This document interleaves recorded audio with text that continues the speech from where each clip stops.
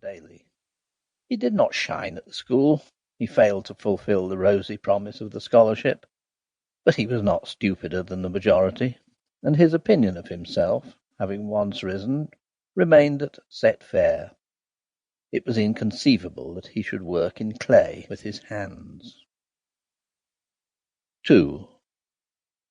When he was 16, his mother, by operations on a yard and a half of Brussels point lace, put Mrs. Emery under an obligation.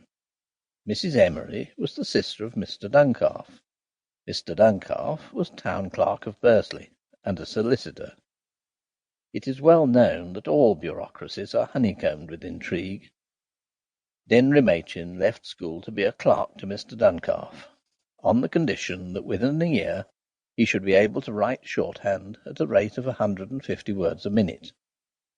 In those days mediocre and incorrect shorthand was not a drug on the market. He complied, more or less, and decidedly less than more, with the condition, and for several years he really thought that he had nothing further to hope for. Then he met the Countess. The Countess of Chell was born of poor but picturesque parents, and she could put her finger on her great-grandfather's grandfather.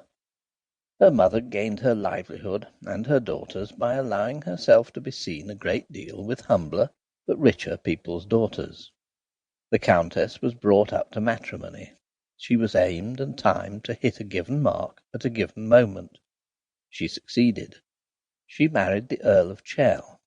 She also married about 20,000 acres in England, about a fifth of Scotland, a house in Piccadilly, 7 country seats, including Sneyd, a steam yacht, and £500,000 worth of shares in the Midland Railway.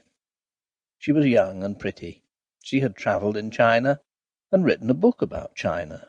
She sang at charity concerts and acted in private theatricals. She sketched from nature. She was one of the great hostesses of London, and she had not the slightest tendency to stoutness. All this did not satisfy her. She was ambitious. She wanted to be taken seriously. She wanted to enter into the life of the people. She saw in the 250,000 souls that constitute the Five Towns a unique means to her end, an unrivalled toy, and she determined to be identified with all that was most serious in the social progress of the Five Towns. Hence some £15,000 were spent in refurbishing Sneyd Hall, which lies on the edge of the Five Towns, and the Earl and Countess passed 4 months of the year there. Hence the Earl, a mild, retiring man, when invited by the town council to be the ornamental Mayor of Bursley, accepted the invitation. Hence the Mayor and Mayoress gave an immense afternoon reception to practically the entire roll of burgesses. And hence, a little later, the Mayoress let it be known that she meant to give a municipal ball. The news of the ball thrilled Bursley more than anything had thrilled Bursley since the signing of the Magna Carta. Nevertheless, balls had been offered by previous mayoresses. One can only suppose that in Bursley there remains a peculiar respect for land, railway stock, steam yachts, and great-grandfather's grandfather. Now, everybody of account had been asked to the reception, but everybody could not be asked to the ball, because not more than 200 people could dance in the town hall.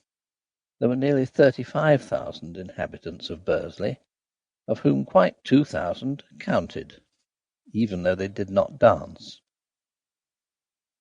3.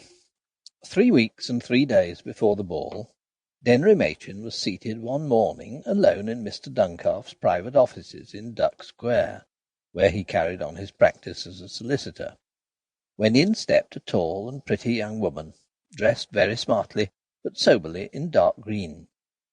On the desk in front of Denry were several wide sheets of abstract paper, concealed by a copy of that morning's Athletic News. Before Denry could even think of reversing the positions of the abstract paper and the Athletic News, the young woman said, "Good morning," in a very friendly style. She had a shrill voice and an efficient smile. "Good morning, madam," said Denry. "Mr. Duncalf in?" asked the young woman brightly. Why should Denry have slipped off his stool? It's utterly